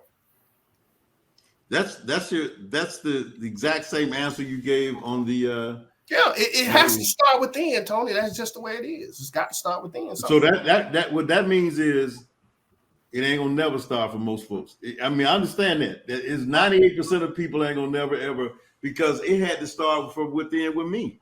But I remember getting around some of my partners, and I'm started talking about, you know, how I was changing my whole life from all of that stuff. Start reading, start doing all that. They wasn't trying to hear that. And so if that's the case, that's the challenge with capitalism. See, capitalism doesn't care if you figure out the game, just ain't gonna tell you the game. That's the whole thing. So once you figure out the game and get around it, but who's gonna tell you that the game and how you should actually self-love, just like RZA was saying. He said, if you listen to that interview, what he said, right? Said his people, a lot of his family members got off of it. They probably used to indulge in it. Somebody had to bring some information to them to help them, make them want to sway their mind. We already know everybody ain't gonna be saved. Well, matter of fact, know that. But hold on, wait. I want to make sure I'm following you correctly. Yeah. So you're saying RZA just stopped smoking weed, period. I didn't say RZA because I don't know if he smoked.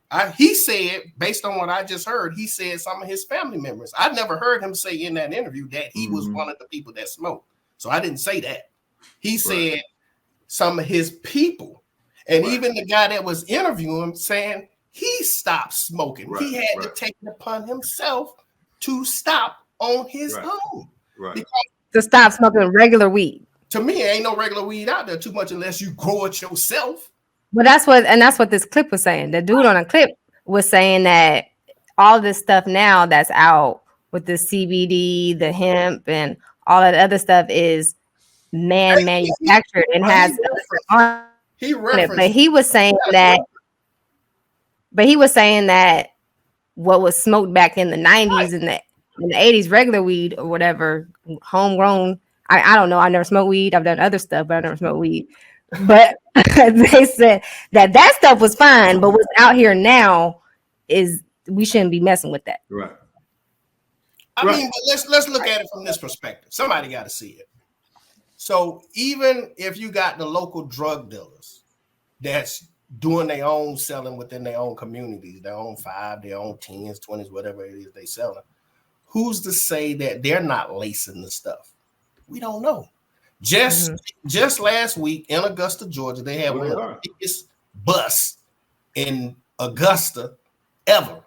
they had enough fentanyl near the marijuana to kill 1.5 million people. Right. So at what point you, the person that's smoking it, saying, you already saying, man, well, the weed I used to smoke didn't make me feel this way. This stuff, they got rat poison, embalming fluid, fentanyl, and God knows whatever else being laced on the marijuana till it's not regular marijuana. If it was, whether it was medical produced or whether it's from your local guy. Because if me and Tony, we in the hood and Tony been selling and I move in and I've been just putting a little cocaine on it or a little fentanyl or whatever on it, and more people are starting to come and buy my stuff opposed to his, he got to make a choice if he's going to remain in this business or he going out of business. And it had absolutely nothing to do with the pharmaceutical industry at all. But with that being said, are you saying that the pharmaceutical companies are not doing anything as well? Like, no, or you saying they're both? You saying everybody's doing something? No, everybody doing it. Okay, everybody doing it. I mean, okay. If you turn on the television, going back to media, you cannot watch a show without 15 pharmaceutical commercials in it. Right. And they outline what all it's going to do. Kidneys, heart failure, thoughts of suicide, suicidal thoughts, da-da-da-da-da. For me, I'm making a conscious decision. I don't want that, period. Right. Why you sound like Rick Fox? Period. Because they already telling you it's gonna jack your ass up. They telling you. So Tony like himself, he knows. Right. He's a walker. He gets outdoors. He walks. He exercises. He drinks plenty of water. Hell, I'm gonna do the same thing because it's at the end of the day, it's my health. So your answer is what everybody should know, common sense, that we all should do certain things. You're saying that if we don't, then let me paraphrase this. When you came in, you had a clip, and the clip was Jeezy, right? Mm-hmm. And Jeezy said, not Jeezy, but Yeezy. Mm-hmm. And Yeezy said, I'm a god. Yeah. He didn't say he was I'm a this, I'm a that. So as a God entity coming from within out, we already have self-sustaining information already built within us, period. He said, I'm a God. He didn't say Tony's a God, Dank's a God. He said, I'm a God. And what he's trying to do for himself must be sustainable first from within outwards, period. So there are going to be still situations where people have gotten off of cocaine, drugs, prostitution, leaving a dysfunctional marriage and all that type stuff. At some point, that person had to endure enough pain where they like, enough is enough. I got to make a change, or else I am going to die, or else it's about you. It has to start with you, period. And I agree 100%. I believe the system understands that most people are not going to do that. And that's the game that's out here. You have to be in a capitalist society. You're going to have to be the one to make that decision and be that person. And say it again. In a capitalist society, you're going to have to be that one. I understand that. Yeah. Right. Yeah. You're going to have to be that one. And that's the biggest challenge out here in this world is, not being caught up and fed information that directs you to doing stuff that you shouldn't be doing. But that's just the world we're in. And, may the strong man win and the weak person won't. And that's just pretty much because think about it. I thought I was a god. Yeah. There it is. And I told you I thought I was. I'm a god. Right. So if you go to the hospital and you got this major issue going on with you, and they say, smoke this weed or take this weed and it's going to help you. and you do it and it start helping you, I mean, what are you gonna say? Well, I know it's helping me, but it's also hurting me, so I'm gonna stop. That's a difference between regular weed, just like they were saying in the clip, and weed that has been tainted. That's a difference. No. Weed too. That's his main thing. But again, he's saying you already know. That's why he said, I dare you. Take it to a lab. He's saying right, but no, I'm saying to you is if I'm ailing, right, I'm in pain, I'm sick, and I take this weed and it helps me. I ain't trying to take nothing to no lab to figure out what else it's doing to me. I'm just trying to feel good. That's the problem. That's what he's saying is that that's the challenge. You're gonna feel good. And he said that. He said that. Yeah. He said a lot of But you're really feeling good because the doctor told you you're gonna feel good. So you've already mentally put that stigma on you that I feel better because the doctor said this is gonna make me feel better. Mm-hmm. That's the position. So that's mentally you've already mentally put yourself in that position. So I agree with what Ronnie's saying. That is it's a mental thing to say, hey, I'm going to believe what our colonizers are saying that we should smoke or not smoke, or I'm just going to not do it at all. And it's almost no different than people doing the when you have cancer. What's that medicinal marijuana? No. Chemo. Yeah, I mean when they tell you, you know that chemo is bad for you, and people still do that because they figure that's their only answer. You know what I'm saying? That's a great point because my mom just got over breast cancer. She had to have one of her breasts removed. So we live in a capitalist society. So she's in a small town in South Carolina. They had ordered 12 more rounds of radiation on my mom and chemo. My mom came to visit because my two sisters and I, we felt like it was too much. We didn't even know our mother anymore. So my mom came in the last visit. She walked into my home and she walked by me. It wasn't her. It wasn't. So she did radiation and chemo because those are two totally different things. They was giving her a little bit of both. But the doctors up there in South Carolina, you have to understand, like you're saying, we live in a capitalist society. Mm-hmm. More radiation mean more money, bottom line to the doctors or whomever. Right. So we brought her from South Carolina, took her to Atlanta Cancer Center of America. They did their tests, which is a grade A top-notch facility. They say she didn't need it. But why do people over here ordering 12 more rounds when I can see it's killing her? I know it's killing her. So me and my two siblings, we because she wasn't in her right mind anymore, we had to say enough is enough because one more round or two more rounds probably would have killed her. Now I guess they were giving her both. She definitely shouldn't have had both treatments. That's too much on anybody. Now her hair is grown back. She's back to full swing, and that's simply because we saw what it was doing to her. We made a conscious decision. Hey, if you're gonna die, you're gonna die just naturally, which we all gonna do anyway. Right. You know, we can't be afraid of something that's inevitable.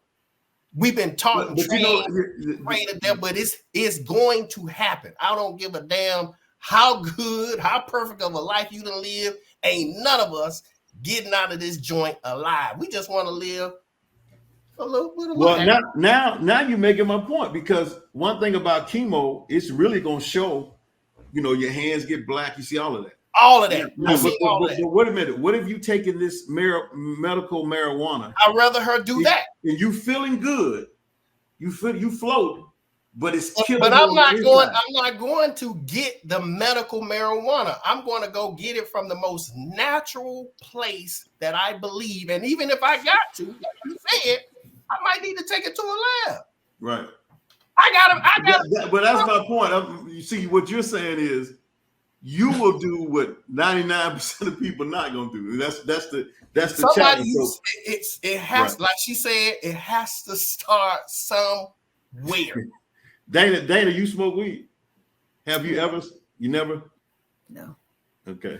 Me neither. I don't smoke. You never smoke? I tried smoking in high school 40 years ago twice. It did absolutely nothing for me. Well, let me tell you something. I smoked from high school, look, all the way through college, and then probably my third year here in Atlanta. What made you stop? I got paranoid. Okay, you like made it started getting, how you did it. You made the decision though. Yeah, I did. Okay. I just got so paranoid. It was like, but it wasn't a day in college that I ain't smoking joint. I had one with me, and I rolled over when I woke up and pulled on one. But at some point, you made the decision. You, not me, because I couldn't do it for you. You made the decision. Oh, everything I've done. The point that you're making is so true. But I'm saying my point has been from every point you made. The system knows the mass is not going to do that. The system knows that. They know that we're not, that the masses are not going to, make that decision and decide on doing that. They know that. Is it the system, or is that just, I don't know. I mean, that gets, the system that might be a whole other conversation. See, you know why? Because what floods your mind the most is when you're going to make a decision based on. And so if you hang information. I just want to point out real quick that I'm really watching a ping pong match between the two of y'all. Go back and forth saying the exact same thing. I'm really doing it. We need that. That's the point of us on here. We supposed to ping pong. Miles, y'all saying the same thing. Oh no. Same thing. Yeah. I'm agreeing with him. No.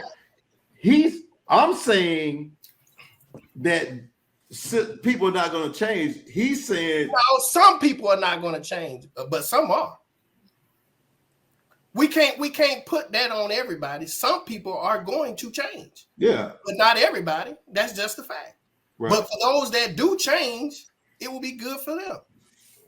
Because I know, and I'm sure all of us know somebody that done OD, done lost their kid, committed suicide over some pharmaceutical drugs, all this stuff. We all know somebody at some point that done did or had some type of run-in with that type of stuff. I know I have. Most folks believe what is being told to them. Most folks believe that the medical profession is being, legit. They're a legit profession. Most folks believe that.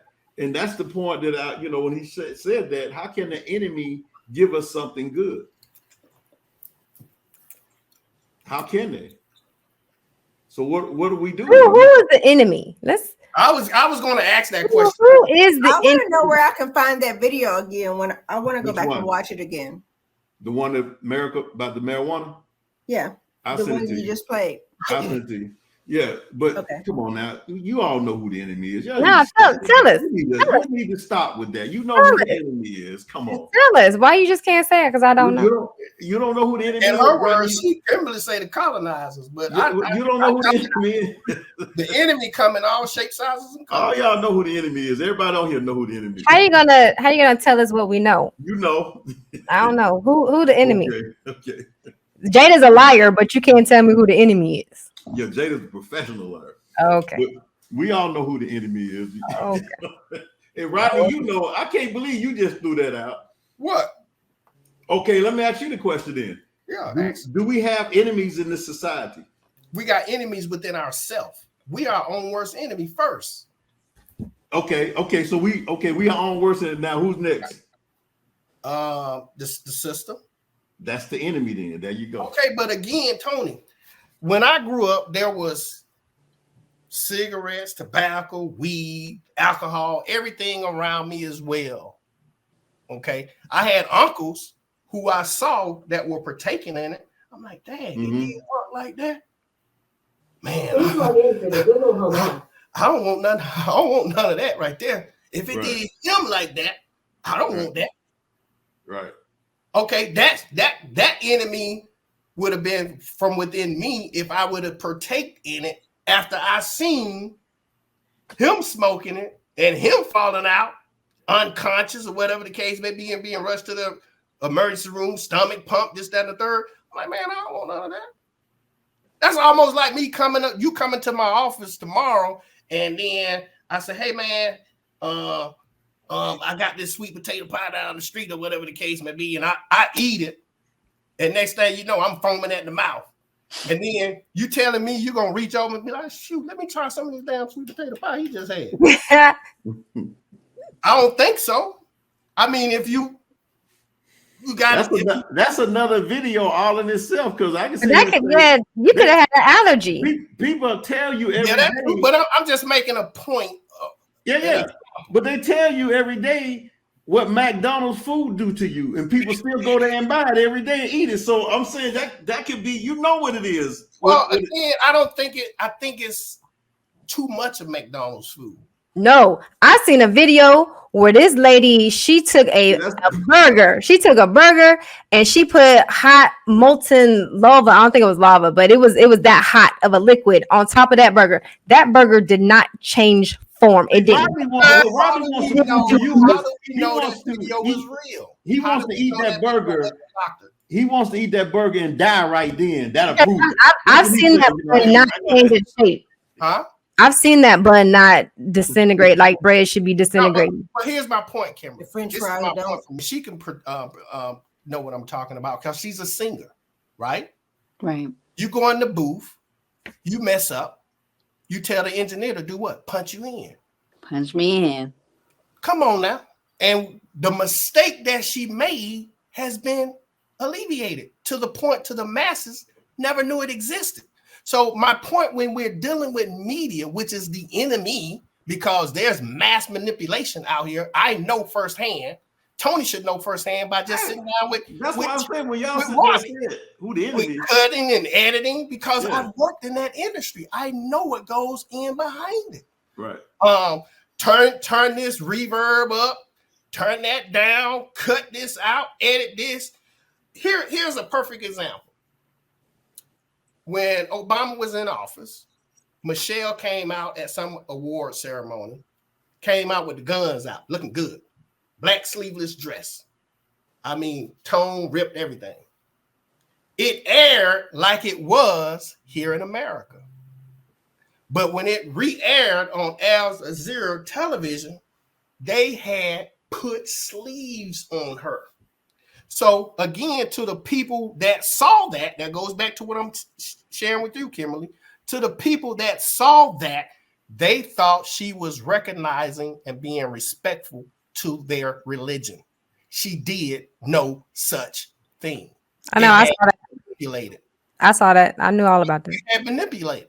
And that's what I'm saying. When you're dealing with media from deep within, music, because I done worked with some of the biggest. Kanye West, I done had him on my television show. I done had him. Ludacris, all of them. Big Boy, Outkast, all of them. When I had the TV show up and run, I understand what goes into the marketing scenario. I understand where I've had people walk in my office with that squiller because they need this done. Wait, what did she say? She know what I'm saying. Talking about money. No, money. No, but what word did you say? Skrilla. Voila. Oh, Lord. And guess what happened? It got played. Right. Right. No questions asked. Not the Skrilla. Look. I know what Skrilla is. It's just funny that you said it. I appreciate you guys tonight, man. We're gonna go and wrap this up because I know it's getting late here, but just want to do a few of these, man, because people like hearing this kind of stuff. The straight interview. Hey, the other one, Tony. The straight interview with me being intelligent and asking intelligent questions, and that people don't want. They want to see this right here. They want.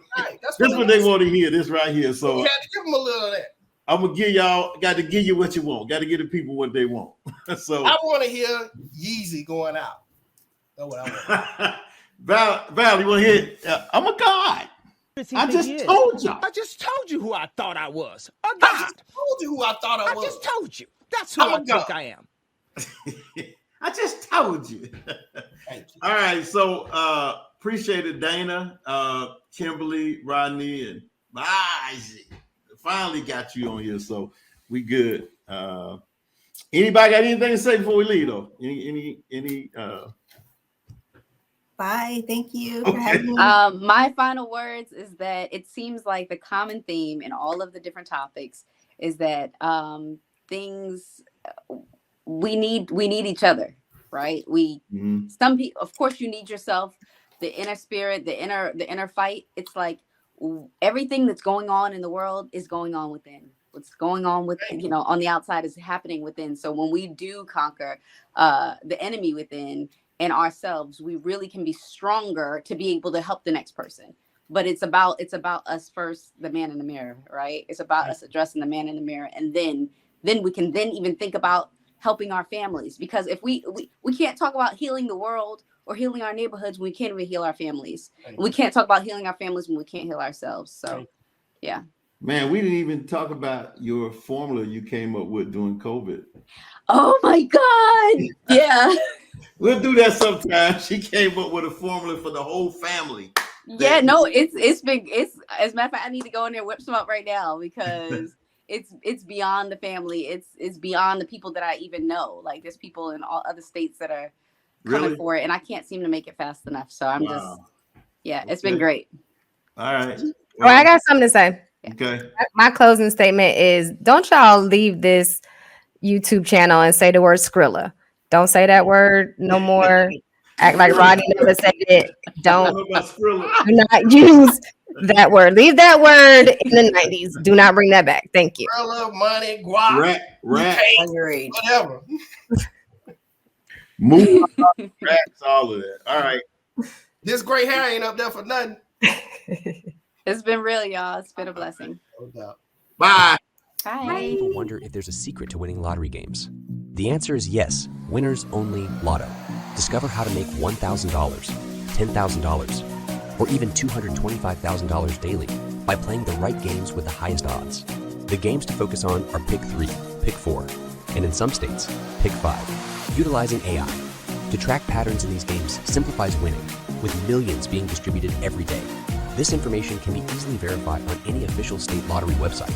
Join today or get more information by clicking the link below. See you on the winning side. Make sure that you like and subscribe and hit the all button and all that kind of stuff, because we're going to have a lot of good interviews on this podcast.